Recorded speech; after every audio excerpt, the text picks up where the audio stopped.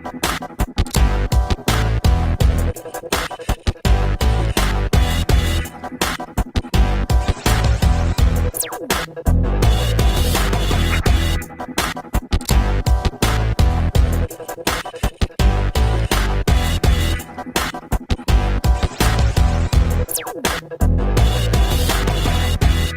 vamos lá, pessoal. Depois da apresentação, antes de falar da resposta, né, propriamente dita, a gente vai ver um pouquinho de definição aqui. Nesse contexto geral de segurança da informação, a gente pode aí quebrar essa molécula aqui e derivar alguns ramos, né? A gente chama aqui a segurança ofensiva de Red Team, é muito conhecido, né? E aí dentro de Red Team a gente tem o pessoal que faz pentest, que faz análise de vulnerabilidade, e aí na defesa, né? Normalmente as grandes empresas ela monta essa estrutura aí, né? De grupo de resposta a incidente, e aí dentro tem a turma que trabalha com MSS, né? Gerenciamento de ativo de rede, como Firewall, IPS, IDS, né? Tem também a parte, um assunto muito novo, que nem todas as empresas trabalham com isso ainda, né? Mas o CTI, né? É um acrônimo para Cyber Threat Intelligence, é também conhecido como Intel, como ameaças inteligentes também, né? Então, basicamente, a turma aí, ela trabalha buscando em feeds de grupos que estejam, que possam se tornar potenciais ameaças às empresas, né? E aí, o que a gente vai abordar agora, né, aqui na palestra, é justamente a parte de forense, né, de resposta a incidente forense, também é um acrônimo muito conhecido aí fora, DFIR, né, de Digital Forense and Incident Response, tá? E eu trouxe essa imagem aqui, eu sei que a turma que está um pouquinho distante está difícil de ver, eu vou pedir aqui a menina para me auxiliar, enquanto eu dou um zoom aqui. A ideia não é olhar cada ponto desse, tá? A ideia é olhar de uma forma mais ampla, para a gente ver o impacto que ao longo do tempo, que essas diferentes variantes de ransomware, ela vem causando nas empresas, né, a quantidade de ransomware, melhor dizendo, que surgiu ao longo do tempo.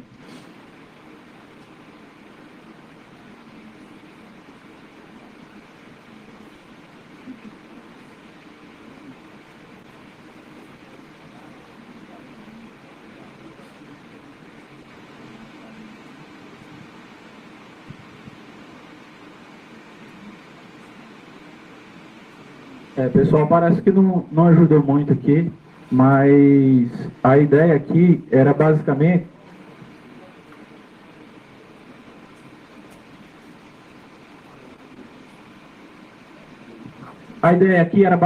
mostrar para vocês que cada pontinho desse aqui, ó, aqui é o ano 2002, né? Aí tem 2003, então cada pontinho desse aqui são novos ransomwares que foram surgindo, né, na internet aí, ao longo do tempo, tá? Então, aqui em 2017, veja que a gente já tem tudo isso daqui, né, atuando aí nos sistemas, criptografando arquivos de empresas, né, arquivos sensíveis.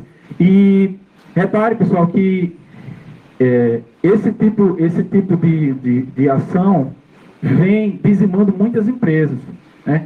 Eu penso que quando a gente chegar lá na frente e olhar para esse cenário aqui, a gente vai ver que a era do ransomware vai ser um marco grande na era da tecnologia. Porque enquanto hoje a gente ainda encontra empresas que não têm uma infraestrutura bem definida, né, com soluções de backup, um profissional de segurança mitigando essas ameaças dentro das empresas, esse cenário ele vai ter que mudar. Porque se não mudar, as empresas, elas vão fechar, e está acontecendo. Se vocês puxarem o celular de vocês aí agora e pesquisarem empresas que pararam, literalmente, que fecharam o seu negócio, você vai encontrar aí vários casos na internet, né? Então a ideia é só mostrar essa visão geral mesmo que vocês estão tendo aí, tá? Inclusive aqui em 2017, aqui em setembro, o Morphos Labs coordenado pelo meu chefe, né, o Renato Marinho, ele detectou e reportou, né, uma nova variante que ela criptografa o disco. Então veja que não se trata mais de um arquivo, você sequer consegue pegar um arquivo e mandar para o atacante para saber mesmo, comprovar se ele pode recuperar esse arquivo para você efetuar o pagamento, né? Então, você não tem mais nem essa opção com esse tipo de ataque, porque ele criptografa os discos, quando você dá o boot, ele já pede lá o código, o PIN, para poder liberar, né? Então, esse foi um trabalho que foi reconhecido, inclusive, por grandes instituições na área de segurança da informação, como a SANS, né? Sites, a Kaspersky também reconheceu, o nome do ransomware é Mamba, né? A Kaspersky reconheceu esse trabalho feito pelo Renato Marinho, lá no laboratório da Morphos, né? Assim como várias outras grandes instituições aí na área de segurança da informação. E aí, a gente já consegue ver um cenário mais... a gente consegue ver que esse cenário está tomando proporções muito maiores, né, com esse conceito de Ransomware as a Service. Isso aqui é um serviçozinho na internet, você acessa via Tor, né, você tem que entrar na rede Tor, e aí você gratuitamente consegue acesso a um dashboard desse, gera o ransomware e aí começa a propagar, mandar por e-mail, infectar no local onde vocês têm acesso, e aí a ferramenta ela gerencia toda, ela gerencia todo o processo, recebe o pagamento, te dá um percentual e fica com uma parte para ela, entendeu? Então vejam a que nível de exploração a gente está chegando, né? Existem outras formas de ataque também que você, uma vez atacado, você pode atacar outras 3 pessoas, né? E aí você recebe a chave para descriptografar seus arquivos. Não precisa pagar, né? Então veja o esforço que está sendo feito, né? A inteligência que está sendo investida para poder otimizar isso, né? E vem tomando grandes proporções. Mas, uma vez falando de ransomware, né? Esse foi a resposta que a gente deu no caso de uso que a gente vai abordar aqui. Então, contextualizando para vocês o incidente, né? Isso aqui foi reportado pelo pessoal lá na empresa, uma grande empresa, por questões de contrato de sigilo, né? De informação. Alguns dados aqui da empresa foram censurados, mas não vai impedir o nosso entendimento aqui, tá? Então, no dia 25 de dezembro, véspera aí, já finalzinho de ano, né? As festas de Réveillon e tal, Natal, o sistema RP dessa empresa, ela foi comprometido. E aí, uma vez tendo esse sistema comprometido, foi comprometido o quê? A continuidade do negócio. Ou seja, os serviços que a empresa oferecia foram afetados, né? E aí a turma que não é muito grande, a equipe de TI, né, coordenada pelo seu CEO, o gerente de infraestrutura, os analistas, trabalham proativamente para recuperar o ambiente. Como? Eles conseguiram, eles tinham uma solução de backup, né? Então, reaver o backup, a empresa voltou a funcionar, só que aí no dia 12 de fevereiro, além desse sistema aqui comprometido mais uma vez, foi comprometida a aplicação web deles. Então, eles se viram naquele cenário de estar enxugando gelo, literalmente, né? Até que aí conseguiram restabelecer com muita dificuldade, perderam o fim de festa de ano, né? O ambiente já lá emocionalmente muito abalado, porque a equipe reduzida, a gente sabe a dificuldade de investimento na área, né? Quem trabalha com isso sabe. E aí, o terceiro incidente ocorreu no dia 20 de fevereiro. Então, pessoal, no dia 20 de fevereiro, foi comprometido aí o servidor de arquivos, além do servidor web, mais uma vez, e do sistema RP, né? Então, o pessoal já estava literalmente esgotado. Aí, 20 de fevereiro, dia 24, a gente já estava cheio de planos, né? Eu e minha maravilhosa esposa aqui, levanta a mão aí, amor, Ana Carolina, fazendo planos aí pro feriado, né, de carnaval, Aí recebo a ligação do meu chefe lá, quando eu vejo Renato Marinho. Aí eu cocei logo a cabeça e disse, rapaz, vamos lá. E aí, Marinho? Eu disse, rapaz, Jefferson, notícia boa pra você, cara. Tem planos pro carnaval? Eu disse, rapaz, tinha, né? Esqueça. Tudo, uma viagem com tudo pago para você. Você vai receber uma badá, inclusive, do Blue Team. Lembra lá, Blue Team? Lá no começo, time de defesa. Daí eu disse, caramba, trabalho no feriado, não acredito. Aí, pois é, Gerson, olha, a empresa, eles chamaram a gente, quer a todo custo que a gente esteja lá, dentro do ambiente deles, trabalhando com ele para conter esse problema. Porque eles não sabem mais o que fazer. Então aí, o que foi que aconteceu? Essas foram as ações tomadas, que vinham sendo tomadas, né, pela equipe de TI. Recuperava o backup, reinstalava os sistemas operacionais dos principais servidores comprometidos, e por fim, só no último dia 20, eles removeram os acessos externos. Né? Tinha alguns serviços que eram publicados na internet, né, como o RDP, a aplicação web interna deles. E aí, pessoal, quando eu cheguei lá, a gente tem toda uma metodologia para poder abordar esse tipo de incidente, né? A gente precisa ter toda uma estratégia elaborada. Então, uma das principais ações que precisa ser tomada, talvez a mais importante, é isso aqui, ó. Conversa. A entrevista com as pessoas envolvidas. Porque se você chegar já com o seu conjunto de ferramentas para sair analisando, de repente você vai conseguir resultado nenhum. Né? A forense é exatamente isso. Melhor dizendo, a perícia, né? A perícia é exatamente isso. É a qualidade de você aplicar o seu conhecimento com o conjunto de ferramentas que você aprendeu a utilizar. Então, nesse momento aqui, você tem que ter a sensibilidade de sentar, mesmo diante daquele caos. Quando eu cheguei lá, eu olhei e estava lá estampado no rosto daquelas pessoas, né? Aflição, estavam extremamente saturados, cansados, exaustos de repetir todos esses processos.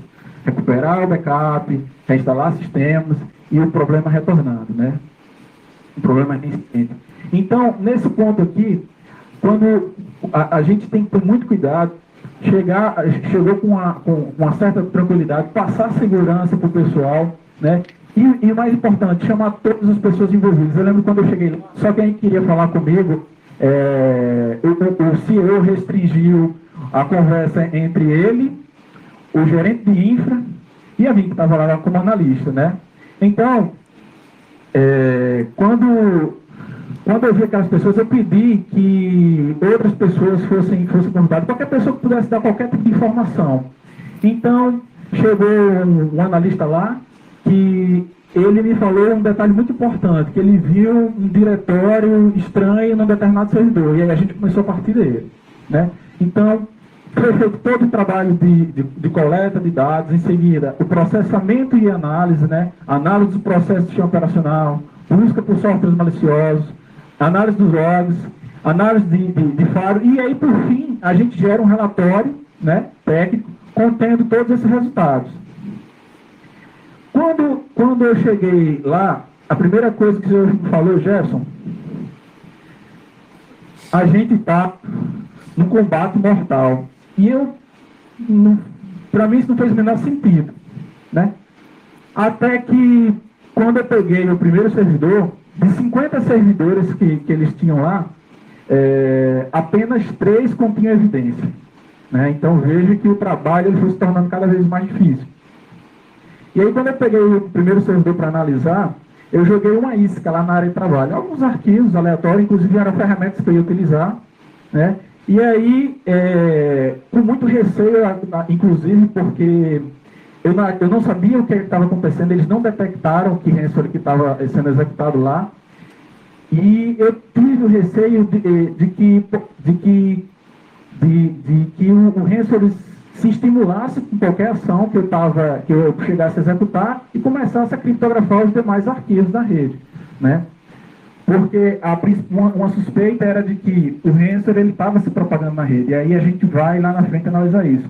Quando eu joguei os arquivos na área de trabalho, aí fez sentido lá o que o senhor falou sobre o Mortal Kombat. MK, a extensão do que era criptografada. Logo quando eu joguei os arquivos na área de trabalho, os arquivos começaram a ser criptografados. mk.scorpion@all.wallet. Scorpion do Mortal Kombat, né?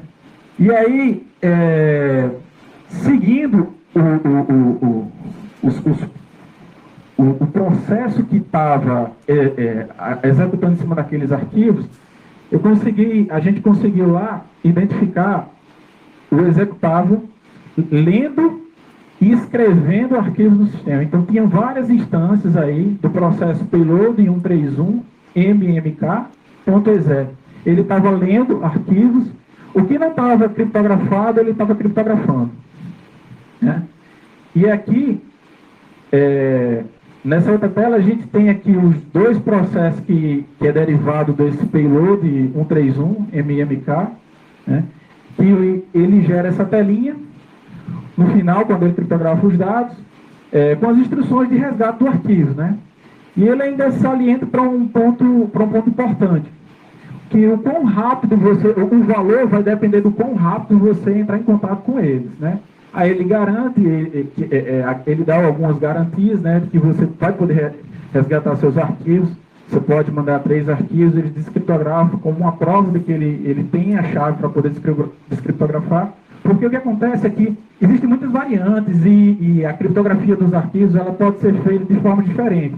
Os primeiros ransomwares, ele criptografavam os arquivos, mandavam a chave pela rede, né, pela internet.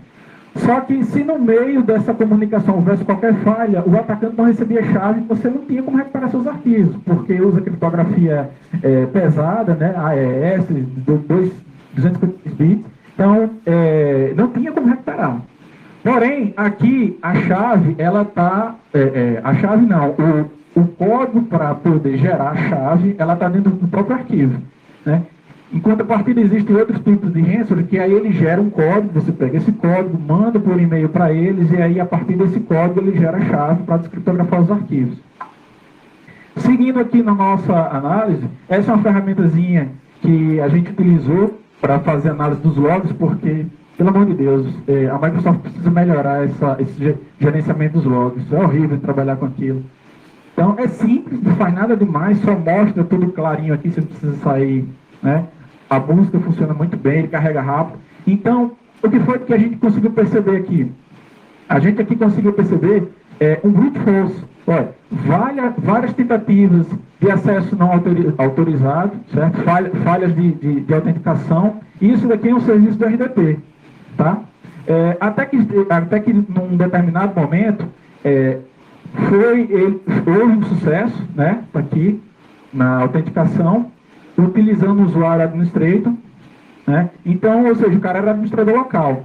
E aí, o fato interessante é que a empresa utilizava a mesma senha de administrador local para todas as máquinas. Então, uma vez depois dessa senha, ele saiu criptografando todas as máquinas que estavam ali naquele segmento. Uma coisa interessante é que eles tiveram cuidado para segmentar a rede. A rede dos servidores era isolada dos terminais lá dos usuários, né? Dos clientes. Então, seguindo aqui na nossa análise, aqui a gente tem uma tela evidenciando, né, o sucesso do administrador, do usuário administrator, partindo de uma outra, já de um host local, né? Aqui no registrado o IP dele, por alguma razão o sistema operacional não registrou, mas registrou aí o nome da máquina, era uma máquina interna, e aí a gente não conseguiu rastrear essa máquina interna porque passaram muitas pessoas por lá, usaram a rede de servidores, conectaram lá diretamente, e a gente não sabe se essa máquina, até esse ponto aqui a gente não sabia se tinha partido dessa máquina ou de outra máquina, né? Seguindo aí na análise do servidor X, a gente está chamando isso aqui de servidor X, né? Vejam que logo depois que ele criou os arquivos, às 4 horas da manhã, 4h43, às 4h46, 3 minutos após ele conseguir fazer login, começaram a surgir, começaram a ser criados os arquivos executáveis do Hansel, né? Inclusive em pastas específicas que permitem com que ele execute na inicialização do sistema. Aqui a gente está analisando o que eu estou chamando de servidor X, tá? Ainda aqui no servidor X, a gente, minutos após a criação do executável, a gente consegue ver aqui, ó, às 4h49, começaram a surgir os primeiros arquivos criptografados. Aqui é uma outra evidência, né, de um IP externo, né, ou seja, um IP vindo da internet que obteve acesso a esse servidor. Ou seja, até agora nós temos dois acessos externos, depois antecedendo aí de várias tentativas de login sem sucesso, né, e temos um acesso interno.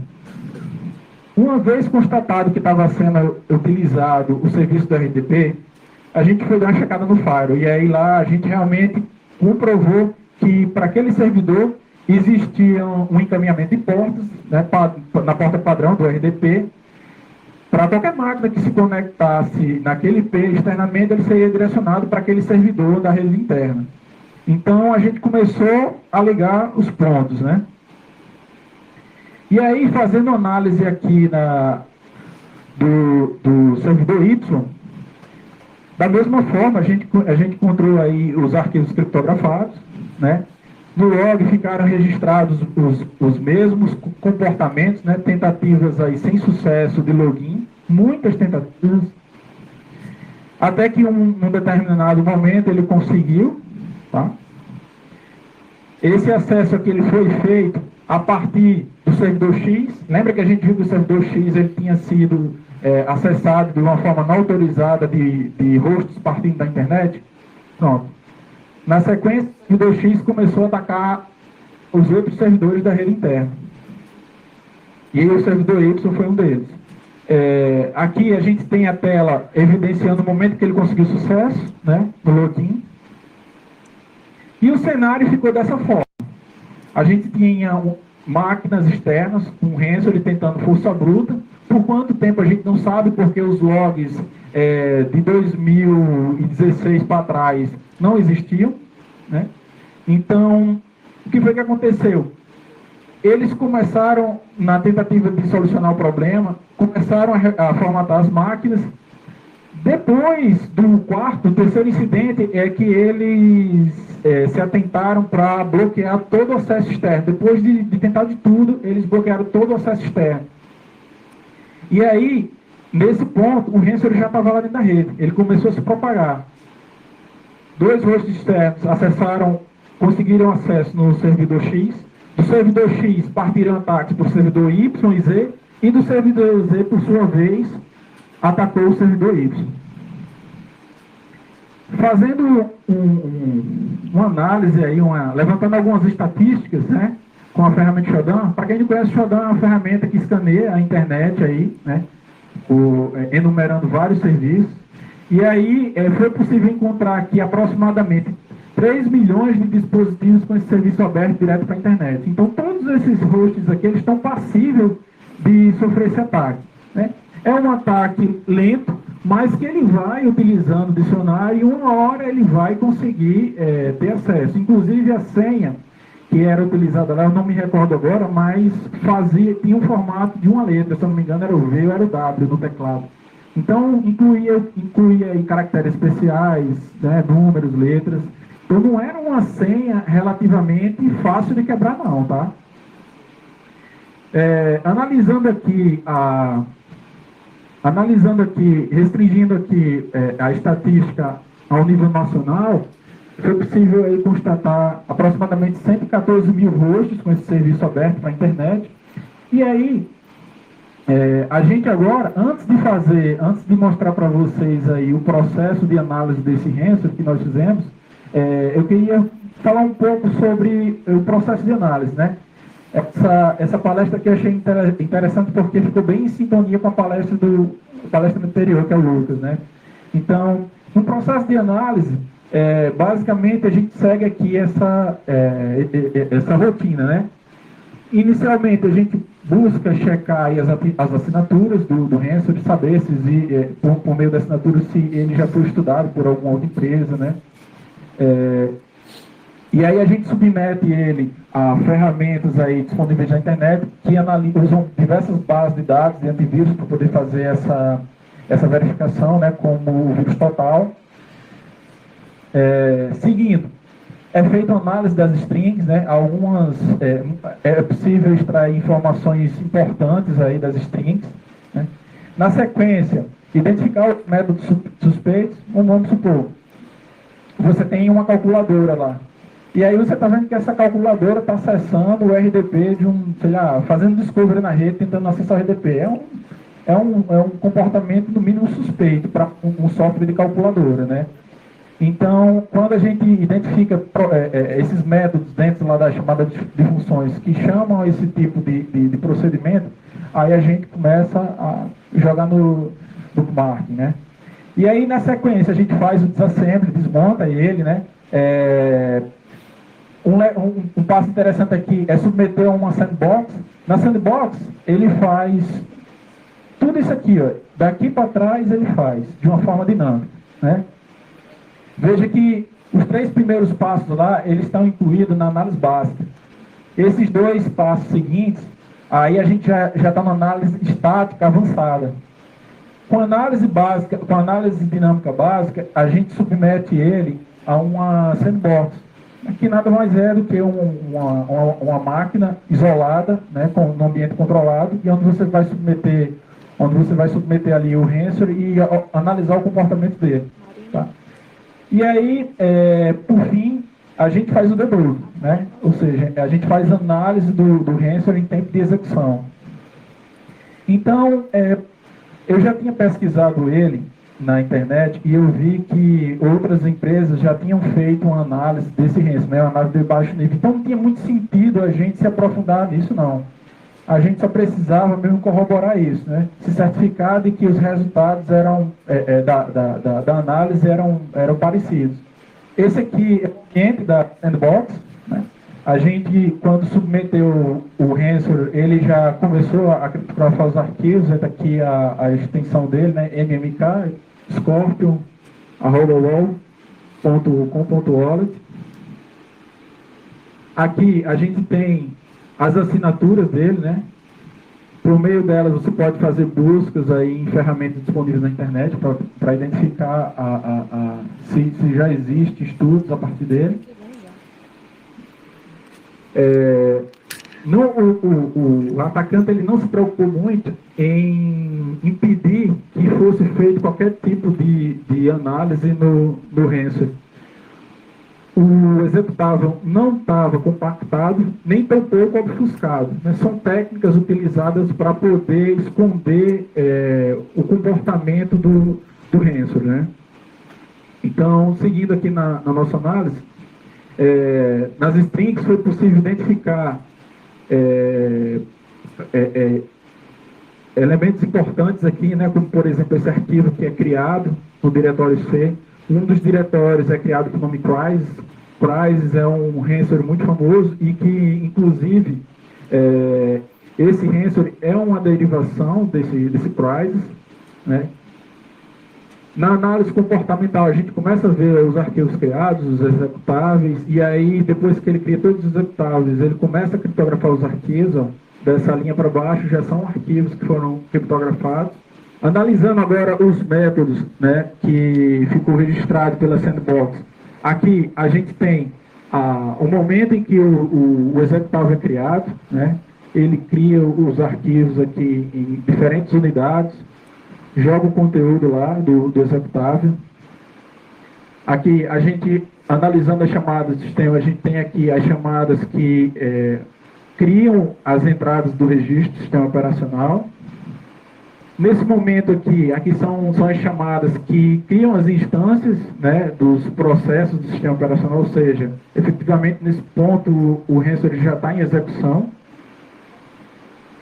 E aqui nessa tela aqui a gente evidencia que ele começa a deletar os arquivos presentes no sistema e depois ele cria o mesmo arquivo com extensão criptografada, né? Já de uma forma criptografada, melhor dizendo. Aqui a gente tem os processos que foram programados para executar, né? Um a cada 1000 milissegundos, outro a cada 6.000 milissegundos. Então, tudo isso daqui a gente conseguiu comparar com outros estudos que vinham sendo feitos aí a partir de outras empresas que trabalham com segurança da informação. O resultado disso, um relatório contendo as evidências, a reconstrução do incidente, recomendações de correções de boas práticas de segurança da informação, né? E efetivamente o que o cliente esperava. A contenção do ransomware, ou seja, a gente foi lá, detectou, eliminou ele do ambiente, identificou a causa raiz, como o ransomware entrou na rede, no ambiente daquela empresa e como ele se propagava, né? E aplicou as sugestões de melhorias nas políticas de segurança interna, né? Inclusive do firewall, o uso de senhas apropriado, né? E o legado que a gente queria deixar aqui, que são esses aspectos importantes, para resposta a incidente, uma resposta imediata, porque veja que nesse cenário de 50 servidores, apenas 3 continham evidência, né? Imagina se eles formavam todos os servidores, eles iriam perdurar nessa situação por um bom tempo ainda, né? Com isso, quando você dá uma resposta imediata, você consegue preservar as evidências, né? E identificar e eliminar a causa raiz. Pessoal, essa é a apresentação que eu tinha para mostrar para vocês. E agora eu abro espaço para perguntas aí.